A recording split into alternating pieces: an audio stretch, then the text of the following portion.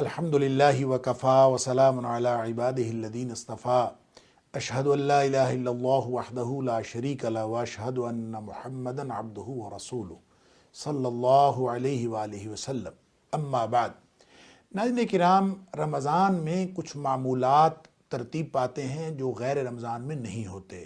اللہ کا کرم ہے کہ اس رمضان میں پورا ماحول نیکی کرنے کے لیے سازگار ہوا ہوتا ہے، اور ہم سب اس ماحول کی ترغیب سے اور اس ماحول کی خوشگواری سے فائدہ اٹھاتے ہیں اور اپنے معمولات کو خاص نہج پہ ترتیب دے لیتے ہیں۔ لیکن ہوتا کیا ہے کہ جو ہی رمضان مکمل ہوتا ہے ہم واپس اپنی روٹین پہ آ جاتے ہیں۔ رمضان میں تو بڑے بڑے شیاطین جکڑے ہوئے تھے، جنت کے دروازے کھلے تھے، جہنم کے دروازے بند کر دیے ہوئے تھے، ایک ایسا سازگار ماحول میسر تھا۔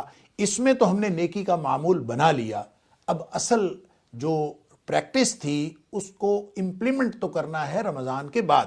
اس پریکٹس کا، اس ریفریشر کورس کا فائدہ یہ ہے کہ ہم رمضان کے بعد بھی اس کو جاری رکھیں اور اپنی موت تک وَاعْبُدْ رَبَّكَ حَتَّى يَأْتِيَكَ الْيَقِينُ، جب تک ہمیں موت نہیں آ جاتی اس وقت تک ہمیں اپنی اللہ کی بندگی کو جاری رکھنا ہے، اور کوشش یہ کرنی ہے کہ یہ معمولات رمضان غیر رمضان میں بھی ہمارے جاری رہیں۔ لیکن ہوتا کیا ہے کہ جو ہی چاند رات ہوتی ہے اور شوال کا چاند نظر آتا ہے ہم سب اپنے معمولات فوراً چینج کر دیتے ہیں۔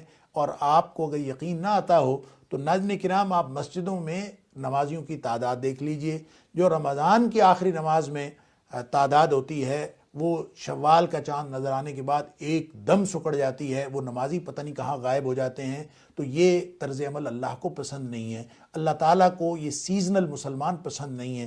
نبی اکرم صلی اللہ علیہ وآلہ وسلم نے فرمایا احب الاعمال الی اللہ ادومھا وان قل، اللہ کو جو پسندیدہ ترین اور محبوب ترین اعمال ہیں وہ ہیں جو انسان کے معمول کا حصہ ہوں، جس پر انسان ہمیشگی کرے چاہے وہ تھوڑے ہوں۔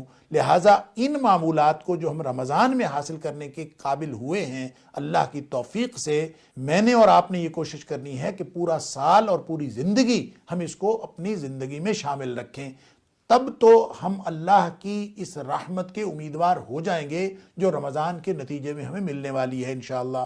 وگرنہ اگر ہم چاند رات کو ہی اپنے ایمان کو برقرار نہیں رکھ سکے اور اپنے معمول کو برقرار نہیں رکھ سکے تو یہ ہمارا ایمان ہمیں جنت کے لمبے سفر تک کیسے پہنچائے گا، یہ ہمیں جنت جیسی دور منزل تک کیسے پہنچائے گا۔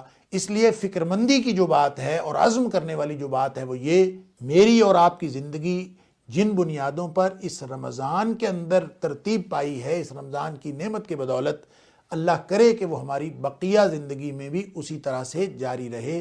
اللہ تعالیٰ مجھے اور آپ کو اس بات کی توفیق عطا فرمائے۔ السلام علیکم ورحمۃ اللہ وبرکاتہ۔